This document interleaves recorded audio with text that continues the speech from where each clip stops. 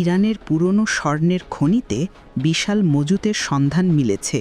স্থানীয় সূত্রের বরাতে মধ্যপ্রাচ্যের সংবাদ মাধ্যমগুলোতে এ তথ্য জানানো হয়।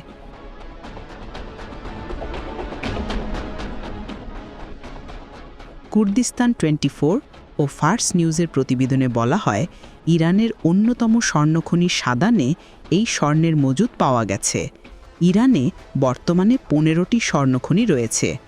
এর মধ্যে উত্তর পশ্চিম অঞ্চলের জারসোরান খনি সবচেয়ে বড়। দেশের অর্থনীতিতে সাদানের গুরুত্ব অনেক।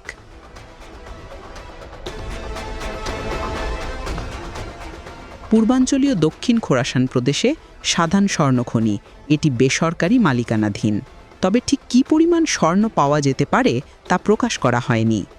দীর্ঘদিনের আন্তর্জাতিক নিষেধাজ্ঞা ও অর্থনৈতিক চাপে ইরানের অর্থনীতি দুর্বল হয়ে পড়েছে।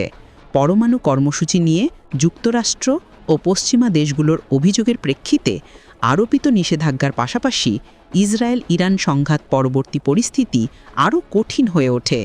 এরই মধ্যে স্বর্ণের সন্ধানে দেশটিতে নতুন আশা ছড়াচ্ছে।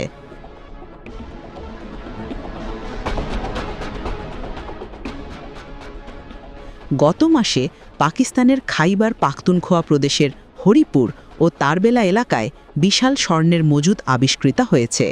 Pakistan federation of chambers of commerce and ইন্ডাস্ট্রির সাবেক সিনিয়র সহসভাপতি ও এয়ার করাচির চেয়ারম্যান হানিফ গৌহর এই দাবি করেছেন।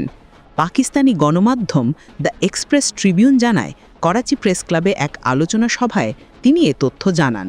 হানিফ গৌহর বলেন, আবিষ্কৃত স্বর্ণভাণ্ডারের মূল্য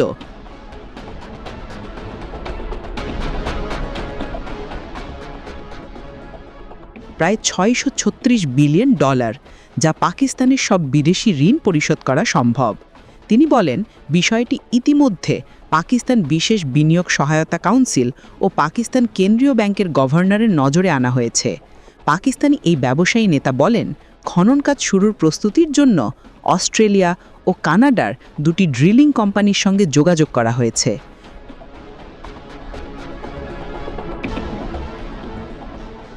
প্রধানমন্ত্রীর নির্দেশ পেলেই তারবেলার মাটির নিচ থেকে স্বর্ণ উত্তোলনের কাজ শুরু হবে।